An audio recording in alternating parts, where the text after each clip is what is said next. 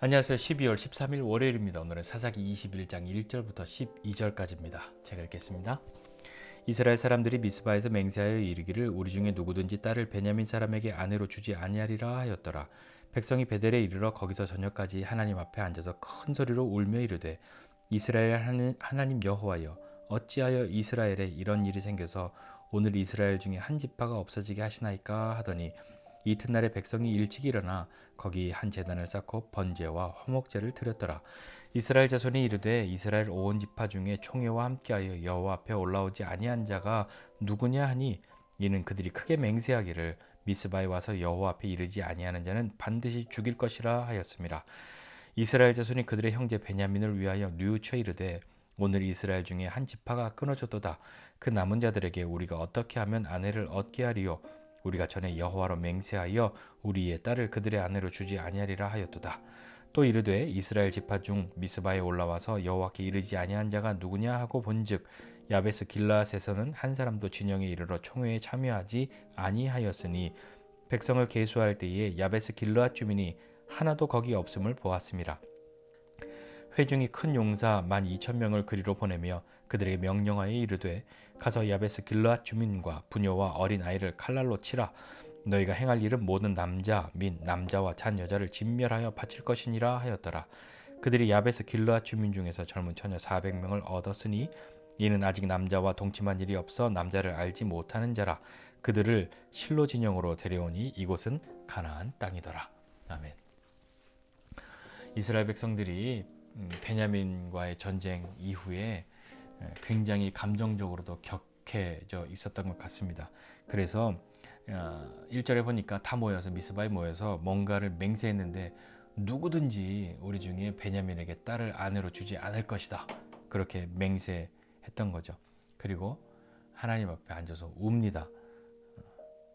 왜 울었냐면 하나님 어찌하여 이스라엘에 이런 일이 생겨서 오늘 이스라엘 중에 한 지파가 없어지게 하십니까?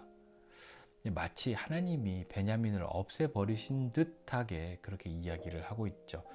그들이 울었던 것은 회개의 눈물일지 후회의 눈물일지 알 수 없는데요. 그들의 말을 보면 하나님 어찌하여 이런 일이 생겼습니까? 그건 아파하는 말일 수도 있습니다. 그런데 그 뒤에 이스라엘 중에 한 지파가 없어지게 하십니까? 라고 하는 그 말을 보면서 없어지게 한 건 지들이 해놓고 왜 하나님 앞에 하나님이 없어지게 한 것처럼 그렇게 이야기를 할까요? 하나님은 올라가 치라 그렇게 말씀하셨지 없애라 진멸하라 그렇게 말씀하지 않으셨단 말입니다. 한 지파가 없어지면 이스라엘 12지파가 온전해지지 않는 거죠. 그러면 그 공동체가 어떻게 되겠습니까? 그것을 이제서야 본 거죠. 그러니 아이고 우리가 잘못했구나 라고 후회를 합니다. 6절에 보면 후회해요. 베냐민을 위하여 뉘우쳐 이르되 오늘 이스라엘 중에 한 지파가 끊어지게 되었도다. 그렇게 말합니다. 후회한 것은 두 가지예요. 첫 번째는 베냐민 맹세한 것은 두 가지예요. 후회를 했던 이유는 뭐냐면 후회한 내용은 이 베냐민 지파가 600명밖에 남지 않은 거예요. 자신들이 다 죽이고 600명만 남겨놓은 거죠. 그런데 거기에서 그들이 맹세한 것이 두 가지가 있어요. 첫 번째는 자신들의 딸들을 베냐민에게 아내로 주지 않을 것이다. 그리고 두 번째는 그걸 맹세하는 그 자리에 오지 않은 사람들, 그러니까 이 맹세에 동참하지 않은 사람들은 다 죽일 것이다. 그렇게 이야기한 거죠. 그건 하나님의 명령이 아닙니다. 자기들끼리 맹세한 거잖아요. 그 맹세 때문에 그들은 뭔가를 수습을 해야 되죠. 베냐민이 보니까 지파가 끊어지게 생겼는데 자기들은 딸을 주지 않겠다고 했고, 그런데 그렇게 해서 이 지파가 사라지면 이스라엘이 온전해지지 않은 거니까 해결은 해야겠는데, 그리고 나서 찾아보니까 그러면 이 총에 오지 않은 사람들은 누구야? 라고 찾아보니 야베스 길르앗에서 아무도 오지 않았다. 그것을 확인하고 큰 용사 12,000명을 보내서 거기에 남자와 여자와 아이들을 다 죽입니다. 그리고 결혼하지 않은 처녀들만 남겨놓죠. 400명을 데려옵니다. 그래서 그들을 베냐민에게 아내로 주겠다 하는 것이죠. 예. 그들이 후회를 합니다. 그리고 그것을 수습하려고 하는데요. 그건 역시도 후회할 일이 되고 마는 것은 아닐까요? 우리도 살면서 후회하는 일이 많죠. 후회하는 일이 많습니다. 후회하면 어떻게 하십니까? 그렇게 하지 말았어야 하는데 안타까워하고 땅을 치고 다음에는 다시는 그러지 말아야지 라고 생각하기도 합니다. 그리고 또 한 경우에는 그런 일이 생겨났던 것을 탓을 하죠. 다른 사람이나 환경이나 이것을 탓합니다. 그리고 그 후회하는 일을 어떻게든 수습해 보려고 하다가 일을 더 어그러뜨리고 망치는 더 큰 후회를 가져오는 그런 일을 만드는 그런 경험도 우리가 하지 않았습니까? 후회하는 것과 회개하는 것은 다릅니다. 제가 어렸을 때 들었던 설명은 이거예요. 서울에서 부산을 가려 하는데 한 사람이 버스를 탔습니다. 부산 가려고요. 그런데 가다 보니까 부산으로 안 가고 저기 목포로 가는 차를 자기가 잘못한 거죠. 이것은 목포로 가고 있습니다. 후회는 아이고 잘못 탔네. 내가 처음에 잘 보고 탈 걸 하고 그냥 목포로 가는 거고요. 회개는 아이고 잘못 탔네 하고 얼른 내려서 다시 부산으로 가는 차로 거슬러 올라와서라도 갈아타는 것입니다. 그게 회개인 거죠. 회개의 핵심은 돌이킴이에요. 다시 돌아오는 겁니다. 자, 오늘 이스라엘 백성들은 후회는 했지만 정말 이 사람들이 회개했나 하는 생각을 해보게 됩니다. 물론 4절에 보니까 아침에 일찍 일어나서 제단 쌓고 번제와 화목제 드렸지만 그 전날은 막 울기도 했지만 정말 이것이 진실된 회개였을까? 그렇다면 해결 방법이 또 자신들의 사람들을 죽이는 그런 일이어야만 했을까? 하나님이 말씀하시거나 명령하신 것 아닌데 자기들이 어떤 감정적으로 격해서 이 감정적으로 격했다는 건 뭐냐면 그들이 베냐민을 쳤을 때의 마음은 뭐냐면 이거잖아요. 우리의 너희를 치려고 하는 이 명분은 너무나도 선해, 너무나도 명확해, 틀림이 없는 거야. 우리 중에 악을 제해야 해. 그리고 그 기회도 줬어. 불량배들을 내놓으라고 했는데 너희가 내놓지 않았잖아. 어쩔 수 없어 하고 그들을 쳤는데 너무 과했단 말입니다. 거의 이 지파가 사라질 정도로 그렇게 일을 하고 나니 후회가 된 거죠. 자, 우리도 살면서 후회하지 않을 그런 일들을 많이 하고 싶습니다. 후회는 없고 싶죠. 그러니까 후회는 없이 후회 없는 삶을 살고 싶어 합니다.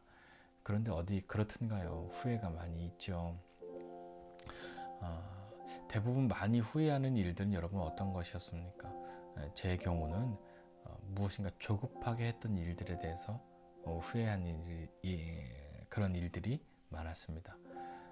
막 뭔가 마음이 쫓기고 급하게 그렇게 해서 그러지 말았어야 했는데 라고 하는 것들을 많이 경험하죠.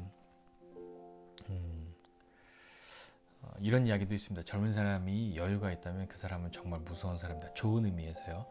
왜냐하면 실력도 있고 그런데 굉장히 여유까지 있다. 이것은 갖추기가 참 어린 나이에 갖추기는 어려운 거거든요.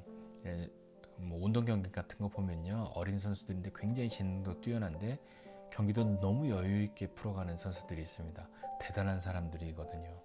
그런데 어느 정도 처음엔 여유가 없고 실수가 많았다가 여유가 생기고 하는 것은 좀 많은 경험이 쌓여서 베테랑이 되면 그런 여유들이 생깁니다. 왜냐하면 산전수전 다 겪어봤거든요. 고생도 많이 하고 고통도 많이 당하고 고난도 많이 겪고 풍파들을 많이 겪고 난 다음에서야 또 많은 후회들을 하고 돌이키는 그런 시간들, 그런 연습들을 많이 하고서야 갖게 되는 게 여유 아닙니까? 믿음도 그러한 것 같습니다. 오늘 믿기로 결심하고 후회 없는 삶을 산다면 참 좋지만 믿기로 결심했어도 후회하고 회개할 일이 얼마나 많습니까? 후회만 하고 회개하지 않는 것은 안타까운 일이지만 우리가 돌이켜야 할 그 회개할 일들이 얼마나 많습니까? 그 중에 대부분은 또 많은 경우는 우리가 조급하게 또 내 감정에 내 욕심에 그런 일들이 많이 있는 거죠. 함부로 하나님이나 사람 앞에 급한 마음에 감정적으로 격해져서 하는 약속들, 맹세들은 주의해야 합니다. 뭐 우리 하나님 앞에 맹세한 것 어떤 것이 있습니까? 사람들 앞에 맹세하는 일 어떤 것이 있으십니까? 심사숙고하고 오랫동안 준비하고 해서 맹세하는 그런 일도 있지만 순간적으로 급한 마음에 섣불리 그렇게 맹세를 남발하는 그런 때도 있지 않으셨습니까? 그것을 또 수습하려고 섣불리 했던 그런 맹세, 감정적으로 했던 맹세들 때문에 그것을 어떻게 해보려고 또 악수를 드는 또 후회할 일을 하는 그런 이스라엘처럼 그런 삶 사는 것이 아니라 우리가 정말 믿음으로 삶을 살아가면서 때로 고난도 겪고 어려움도 겪고 하는 그런 시간들은 어쩌면 우리에게 믿음의 여유를 더 키워주는 그런 시간으로 삼아야 하지 않겠습니까? 인생에서도 그런 시간들을 많이 치르면 어지간한 일들에 대해서 처음처럼 그렇게 크게 놀라거나 조급하게 행동하지 않는데 믿음도 그러합니다. 그것이 우리에게 주는 어떤 시험이나 고난이나 그런 것들이 되겠지만 그런 것들을 잘 치루어내면 그리고 그렇게 한 걸음 한 걸음 나아가면 우리도 믿음의 여유, 믿음이 주는 용기 그런 삶을 사는 그런 모습이 한 걸음 한 걸음 더 나아가는 것 같습니다. 오늘 이스라엘 백성들이 미스바에서 했던 그 맹세 때문에 야베스 길르앗을 진멸하는 그런 아픔을 겪는 것을 보면서 우리는 감정적으로 섣불리 함부로 맹세하거나 후회할 일들 그렇게 만들지 않는 삶을 살 수 있도록 믿음으로 나아가도록 하나님께 묻고 잘 듣고 할 수만 있다면 믿음의 여유와 용기를 더욱 키워갈 수 있는 그것이 더 자라날 수 있는 저와 여러분 되시기를 주님의 이름으로 축복합니다. 기도하겠습니다. 하나님 아버지 은혜와 사랑을 감사드립니다. 하나님 인생을 살면서 후회할 일들 후회하는 순간들 많이 있을 수 있지만 하나님 후회로 끝나는 것 아니라 하나님 우리가 그것에서 잘 돌이켜서 그 후회했던 그 일들을 통하여 우리가 더 자라나고 같은 실수와 후회를 반복하지 않는 그런 사람들이 될 수 있도록 격려해 주시고 함께 해 주십시오. 하나님 감정적으로 또 섣불리 그렇게 맹세하고 또 그것을 수습하기 위해서 또 후회할 일 하는 사람 아니라 믿음으로 주님 앞에 나아가고 또 어떠한 시간들을 경험하든 주님 앞에 우리의 믿음이 자라나는 그런 시간들이 되도록 우리 어떤 고난과 고통 속에서도 우리의 믿음을 사용할 수 있는 사람, 믿음으로 자라나는 사람, 그것을 포기하지 않는 사람 되도록 격려해 주시고 함께 해 주십시오.